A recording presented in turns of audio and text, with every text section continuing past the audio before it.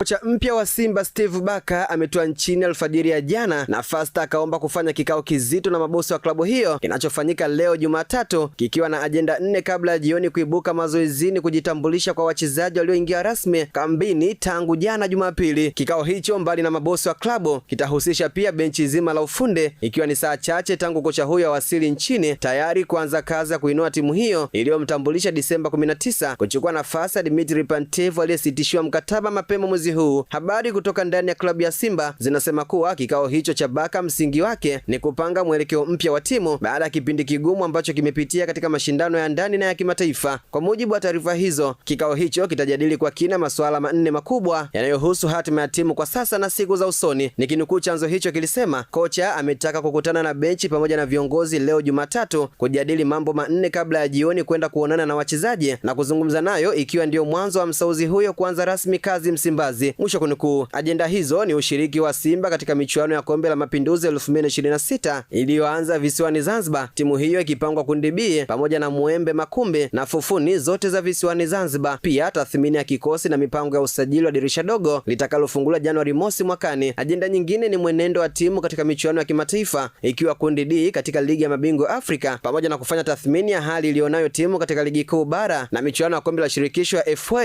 iliyoanza kwa raundi ya awali mapema mwezi huu. Michuano ya Kombe la Mapinduzi imepewa uzito katika mipango ya kocha huyo raia wa Afrika Kusini, kwani itakuwa ni fursa kutazama kikosi hicho na kuingiza mbinu zake kabla ya majukumu mazito yaliyopo mbele yake. Barker anatarajiwa kuanza mazoezi na wachezaji waliokwisha ripoti kambini tangu jana kwa kuibuka jioni ya leo mara baada ya kikao hicho muhimu kwa mustakabali wa timu hiyo. Hata hivyo, kikosi hicho hakitakuwa kamili, kwani baadhi yao wapo katika majukumu ya kuzitumikia timu za taifa katika michuano ya Kombe la Mataifa Afrika AFCON 2025 inayoendelea Morocco. Wachezaji waliopo AFCON na ambao huenda wakaungana na wenzao katika michuano ya Kombe la Mapinduzi ni pamoja na wale waliopo Taifa Stars: Morris Abraham, Wilson Nangu, Kibu Dennis, Yusufu Kagoma, Shomari Kapombe na Selemani Mwalimu, huko kipa Yakubu Suleiman aliyekuwa na timu hiyo akiwa ni majeruhi baada ya kuumia mazoezini kabla ya kuanza kwa michuano hiyo. Pia Steven Mukwala anatumikia timu ya taifa ya Uganda iliyopo kundi moja na Tanzania, Tunisia na Nigeria. Hatima ya Yakubu kujiunga na kikosi itategemea na ripoti ya madaktari wa klabu pamoja na hali yake kiafya, lakini kupitia Kombe la Mapinduzi Barker anataja kuwa atafanya tathmini ya kina ya kikosi, hatua itakayomsaidia kufanya uamuzi mgumu lakini muhimu, ikiwemo kubariki au kupendekeza kuachana na baadhi ya wachezaji ambao hawataendana na falsafa yake ya soka. Mashindano hayo yatamsaidia kubaini maeneo yenye upungufu ili kupendekeza maingizo mapya katika dirisha dogo la usajili, swala ambalo linatajwa kuwa sehemu ya mjadala mzito katika kikao cha leo. Katika eneo la michuano ya kimataifa, Barker anakutana na kibarua kigumu cha kurejesha matumaini ya Simba yaliyoanza kufifia baada ya mwanzo mbaya katika makundi. Simba